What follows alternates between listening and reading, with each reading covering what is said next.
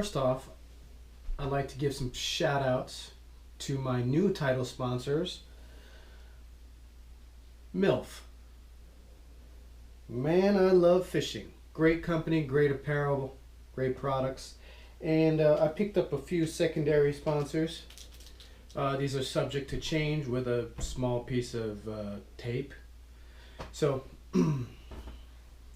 without them, I could not do this.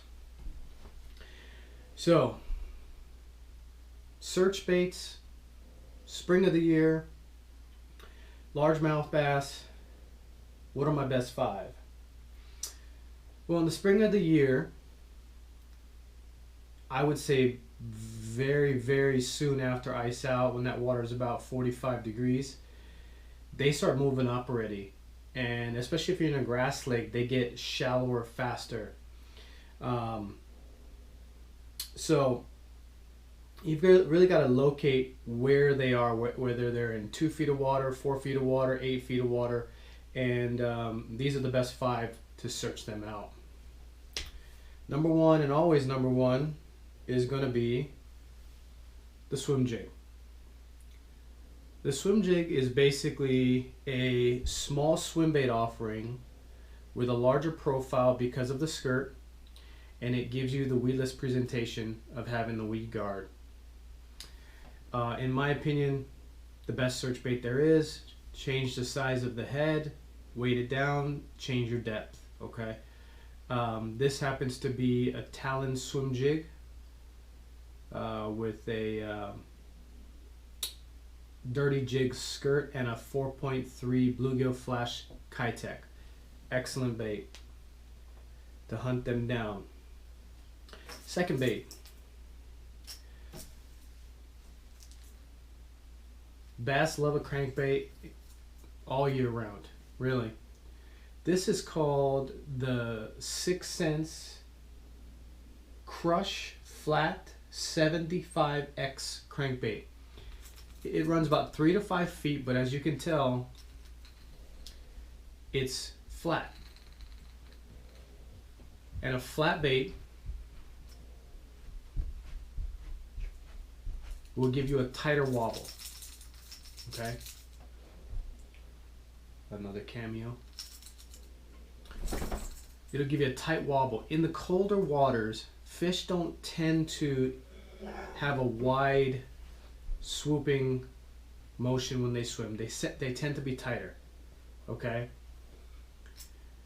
And this crankbait not only gives you that tight wobble, but it gives you a loud rattle as well. Third, and probably one of the most prolific, is the chatterbait. This is a Phoenix wobble jig I think it's called Sun Perch or Sun Gill, with a 5-inch swimming Senko on the back of it. I believe that the reason why this is so effective in the spring especially is for 2 reasons. One, bass are coming up and they are hungry. Okay, this blade gives off such a large profile with its vibration.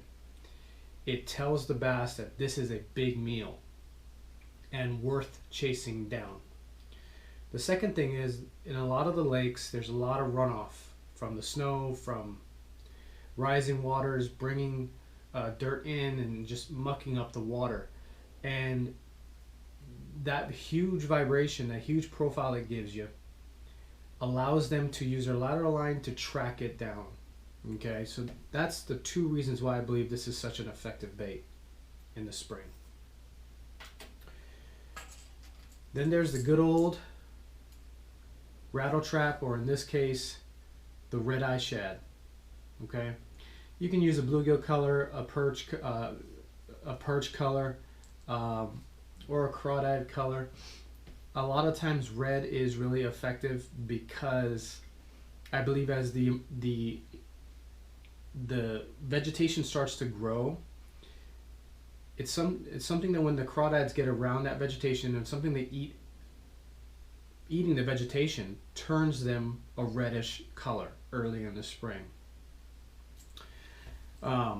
It's a very loud obnoxious lures. So again, in mucky water, they can track it, find it, and smash it.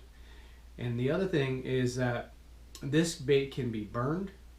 It can be fished at deeper depths, and it can create a reaction strike by getting these hooks hung up in some emergent vegetation or submergent vegetation and giving it quick pops out, and they just can't handle it. And this is one of the hardest bites I've ever experienced, is on a rattle trap. Now the fifth choice is kind of a ambiguous choice because it depends.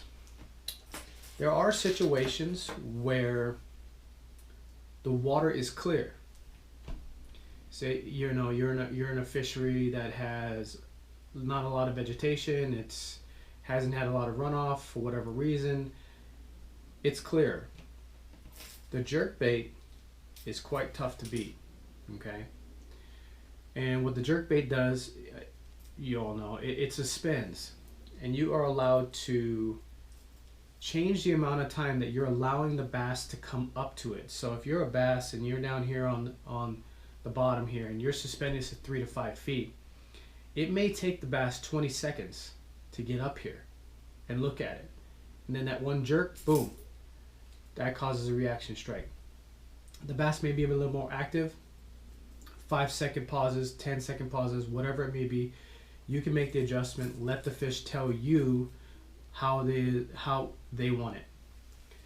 But again, the jerkbait is truly a sight lure. It's a vision lure.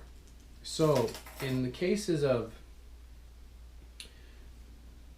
more stained waters, I like to go with something larger and slow. Large and slow. And oftentimes that comes into the lineups of wake baits. I'm sorry, not wake baits, but glide baits. Glide baits. This is the River to Sea S-Waver 168. They also have the 200. I like to go large. You can also use the BBZ ones, etc., etc. I like to go large, and I like to go solid bodied because they can see it and feel it because of its size and its lack of transparency. Okay? And at very minimum, a bass will come and look at this. But the other thing about these type of glide baits early in the season is that, again, that big profile generates an aggressive big bite.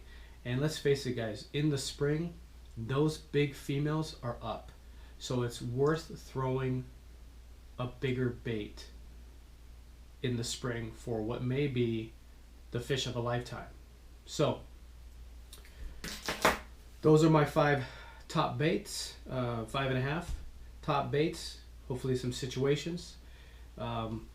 Like, comment, subscribe, and until we see you again, have a good day.